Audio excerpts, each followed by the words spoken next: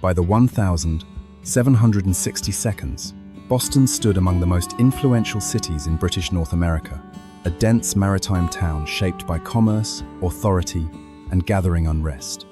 Its wharves pressed into the harbor, its streets crowded with sailors, merchants, laborers, and officials whose lives were bound to the Atlantic economy.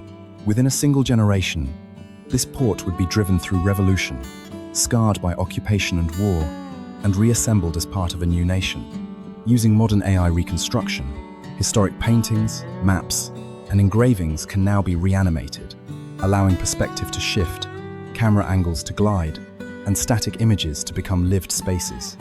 The aim is not simply to observe the past, but to enter it, to move through Boston as it once existed, and imagine what it felt like to stand here while history gathered momentum.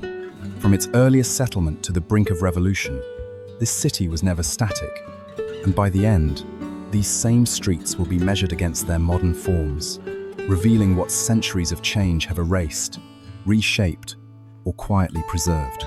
Before stepping fully into the 18th century, it helps to pause at Boston's beginnings, when the future was uncertain and survival itself was an experiment. In 1630, the Winthrop fleet arrived in Massachusetts Bay, carrying Puritan settlers led by John Winthrop, who envisioned not merely a colony, but a moral model for the world. The shoreline they encountered was raw and unfamiliar, shaped by tidal flats, wooded hills, and cold Atlantic winds. Stepping ashore meant committing to a place without knowing whether it would endure. Only 2 years later, Boston's first meeting house rose near what is now State Street, a modest wooden structure that served simultaneously as church, town hall, and civic anchor. Simple and utilitarian, it reflected a society focused on discipline, order, and communal responsibility. Around it, muddy lanes formed, small houses clustered, and daily life unfolded cautiously. At this stage, Boston was not yet a city, but a fragile settlement testing its footing, laying down patterns of governance and belief that would quietly shape everything that followed. As the 17th century gave way to the early 1700s, Boston slowly transformed from a precarious outpost into a recognizable colonial town. Engravings from this period, though often created later, capture a settlement still modest in scale, its wooden buildings lining muddy roads that followed the contours of the land. The harbor remained close and essential, with ships anchoring just offshore, their masts rising above low rooftops, like markers of connection to the wider world. Life here moved at a measured pace, shaped by weather, tides, and limited resources. Boston's population was growing, but it remained small enough that uncertainty lingered in everyday life. Fire, disease, and economic downturns were constant threats. Yet within this fragility lay momentum. Boston's population was growing, but it remained small enough that uncertainty lingered in everyday life. Fire, disease, and economic downturns were constant threats. Yet within this fragility lay momentum. By the early 1722s, Boston could already be recognized from the harbor much as it is today, its profile defined by wharves, steeples, and a busy waterfront pressing into the sea. Engravings from this angle show a port no longer tentative, but confident in its role within the Atlantic world.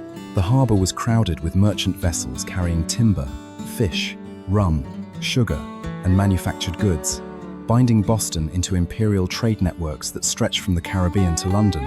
One feature dominated this maritime threshold: Long Wharf. Extending farther into deep water than surrounding docks, it functioned as the city's primary gateway. Here, cargo was unloaded, news arrived, and first impressions were formed.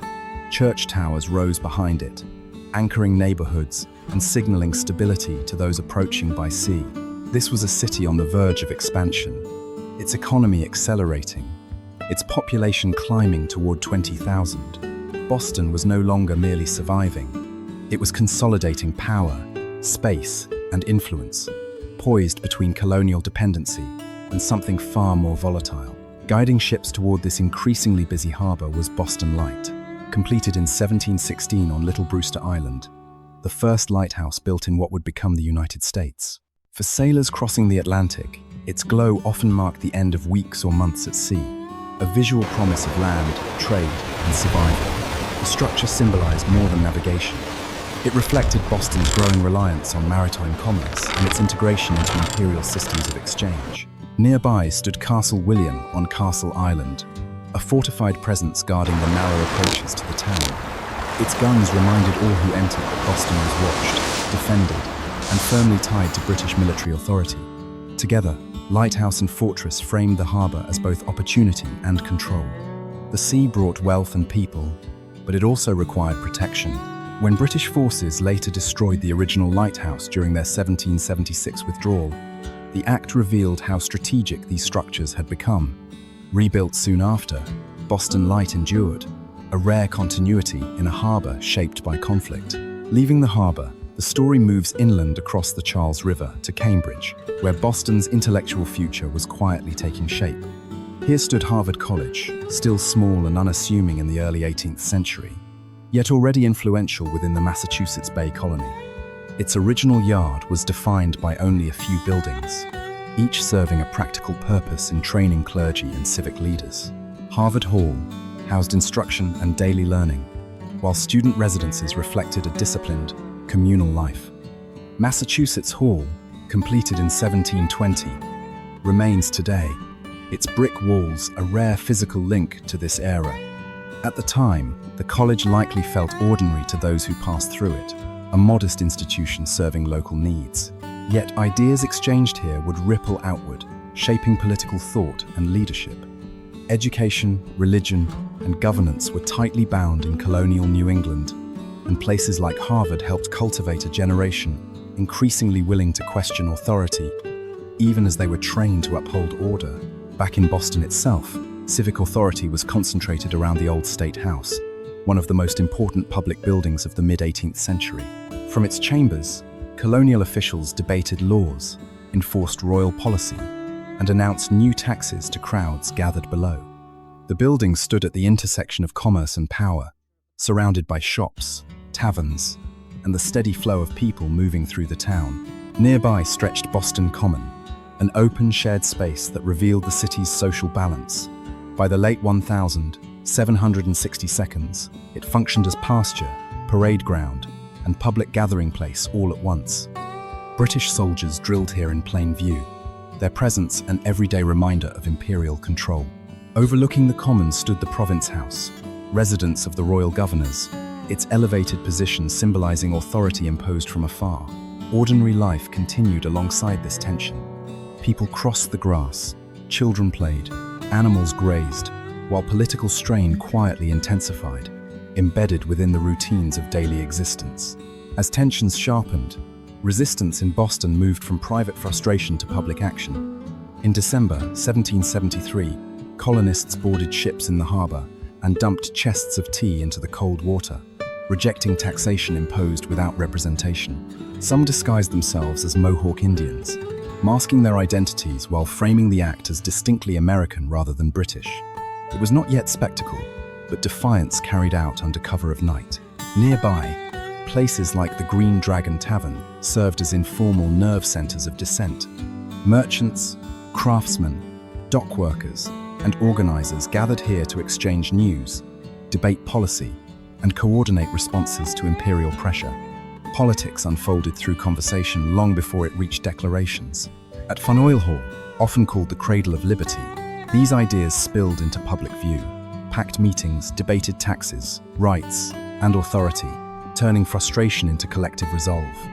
By 1775, the building had become a pressure point where civic life and resistance collided, pushing Boston toward open revolution. In the years that followed, Boston emerged from conflict transformed. In 1789, a temporary triumphal arch rose in the streets to welcome George Washington as president of a newly independent nation. Though built of wood, it was crafted to resemble stone, projecting permanence at a moment when the Republic itself was still fragile. Celebration replaced uncertainty. The city that had once protested imperial rule now marked its place within a new political order. Landmarks like Christ Church in the North End bridged these eras.